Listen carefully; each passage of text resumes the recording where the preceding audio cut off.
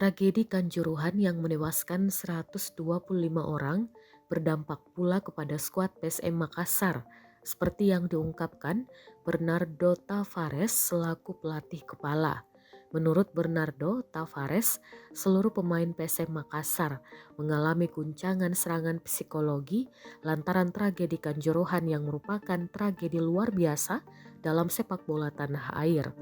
Bagi Bernardo Tavares, hal ini merupakan satu masalah serius yang tak hanya dihadapi para pemain PSM Makassar, tetapi juga seluruh pemain yang berkecimpung di kompetisi Liga 1 2022-2023. Olehnya itu, Bernardo Tavares berupaya menyembuhkan masalah mental pemain. Sebelum berbicara terkait lanjutan kompetisi Liga 1, usai kejadian tersebut PT LIB dan PSSI bersepakat menunda seluruh pertandingan hingga 2 pekan ke depan. Tetapi dari pihak pemerintah, dalam hal ini Presiden Jokowi, meminta kompetisi dihentikan sampai kasus tragedi Kanjuruhan diusut tuntas. Skuad PSM Makassar yang harusnya melakoni laga kontra Barito Putra 2 hari setelah laga Rema FC versus Persebaya pun tak bisa melangsungkan laga.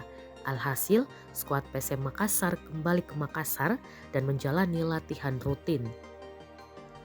Pelatih PSM Makassar Bernardo Tavares yakin Liga 1 2022-2023 bakal dilanjutkan.